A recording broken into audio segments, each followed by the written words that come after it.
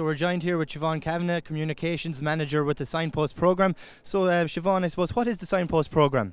So the Signpost programme is a sustainability programme led by Teagasc, and it includes farmers, industry, so meat processors, milk processors, state bodies, banks, media, farm organisations, all working together to support and enable farmers to farm more sustainably.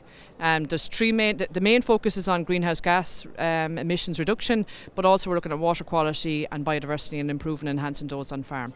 We're taking a very holistic approach to it. It's not just about the environmental sustainability, but we're also making sure that it's economically sustainable and socially sustainable also. So the three sustainabilities. Okay, and what are the key messages you're delivering here today, Siobhan? Okay, so the key messages on this standard, the 3 R's, if you can remember them. So you've 1, replace chemical nitrogen, so reduce chemical nitrogen use. Good for your pocket, but also good for the environment. It reduces our emissions, our nitrous oxide emissions.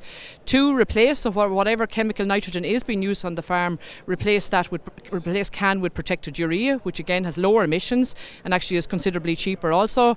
And then reuse, so optimise the value of your slurry on the farm. So apply it using LESS equipment and apply it in the springtime between February and May. Perfect. Thanks very much, Siobhan.